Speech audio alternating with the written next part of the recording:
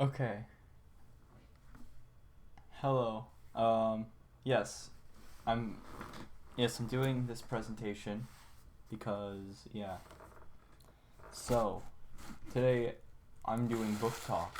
My presentation on book talk, and I'm doing it on it's kind of a funny story.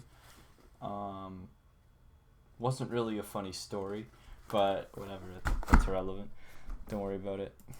We're going to Okay. I'm going to start with the first little thing. So, a quote I found very interesting was the quote that says, "I waste at least an hour a day, 1 hour every day lying in bed. Then I waste time pacing. I waste time thinking. I waste time being quiet and not saying anything because I'm afraid I'll stutter." And I think, I chose that because it says something about self consciousness. I don't know, just because personally I think that people are really self conscious. Why is that shaking? Whatever, it doesn't matter. Yeah, I think that people are really self conscious about things, and I think that this kind of shows how the main character is being very self conscious, and he's um, like saying that, if he's wasting time, it doesn't, it's annoying because it's everything is dumb, and I don't know, cause it's weird when I say it, but it's because it says, because I'm afraid I'll stutter. That sounds like he's self conscious about, if he says something, or I don't know, but yeah, you get what I'm saying. I'm not good with words today, but you definitely know what I can tell you know what I'm saying. So the book it's kind of a funny story by Ned Vizzini, and the genre is young adult fiction, comedy, but I didn't think it was very comedic. I mean, it was sort of sometimes, but I don't know, it took a pretty big turn. So we're gonna go to the thing. So, I will put myself over here. So the setting takes place mostly at a mental hospital, and basically the most of the actual book takes place there.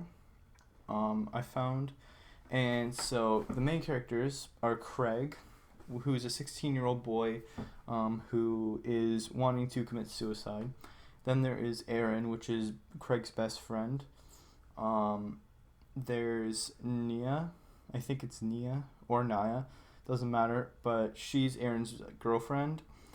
And there's Noelle, which is a girl that Craig finds in the mental hospital, who she cuts herself with scissors, and she has self-harm. So she's in there for that. And there's also Craig's therapist, and I can't remember what her name is, but I'm sure it'll probably turn up sometime when I'm presenting. So the main conflict is, so basically, Craig gets checked into a mental hospital because he's trying to kill himself, and he calls the suicide hotline, which leads him there.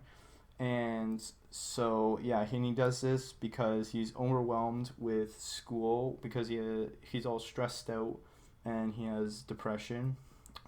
And so it's just too much for him. So he felt overwhelmed. So Craig experienced change while he was in the hospital, because when basically he became more hopeful,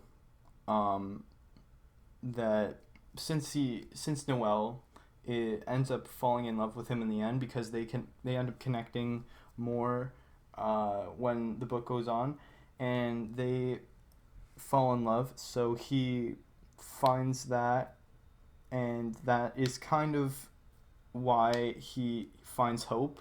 Well, not completely, but that's one of the reasons why he's happy. And so also, after hearing all the other patients' stories, he realizes that he is not alone, and there's people in there experiencing the same types of things that he is. And yeah, so he realized that he wasn't alone with his depression, like, with suicide and everything. And he realized that maybe others had harder experiences that were worse than his, that maybe he didn't have it so bad. And so, yeah, Craig made a life choice when he decided that he wanted to pursue art and like making his own little maps. That's why like there's a map on the book. You probably already knew that, but I don't really care. Uh, so yeah. So I'm gonna read you a passage. This is going to be a little bit tedious, and it's gonna get old very fast. But it's the last kind of passage, basically the last paragraph. Well, it's this, and the next page. So get ready. I'll try to do this as best as possible. So, and this was the most uplifting one I could find.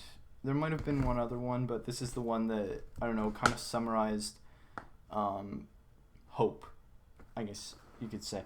So, I'll read it.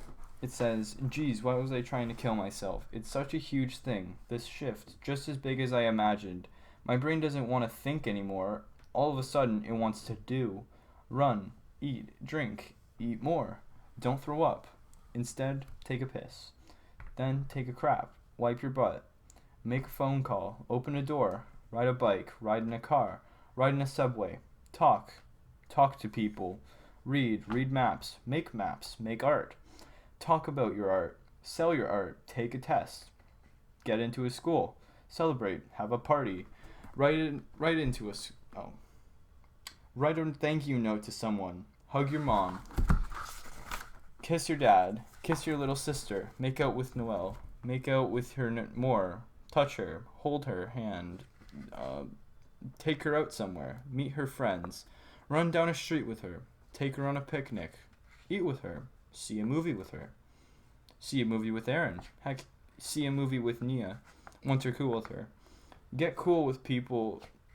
Drink coffee in little coffee drinking places. Tell people your story. Volunteer.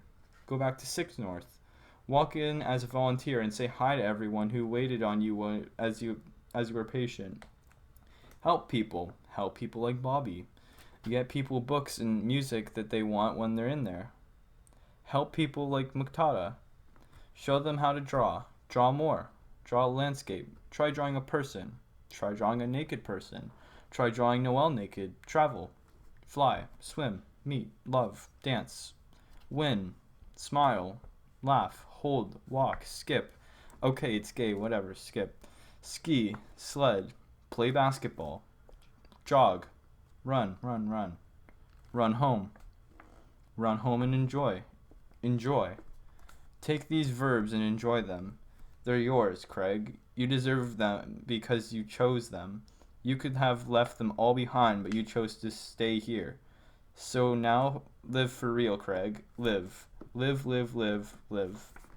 So yeah, I chose that because it said a lot about hope, and it said a lot about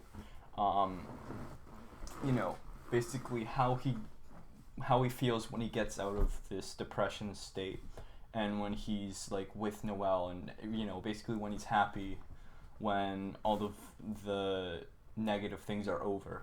So yeah, I chose that because it's really impactful and it shows his happiness. Okay, so I'm gonna recommend this. So personally, I think this book is important if you believe there's like basically, it's for like people who are maybe experiencing something similar, in like a state of depression, or if they're, if they don't believe that there's any hope, that this book basically would give them hope, and it would show them that there's like a second way out, and there's a second option. And so, yeah, and even and it shows that like in our darkest moments of life, it shows that there's like always that sense of hope no matter what. And so it also shows that when people are feeling low, that you can learn from them, and you can find strength through some other people's stories that they tell, and some of their life experiences with these kinds of things as well. So yeah,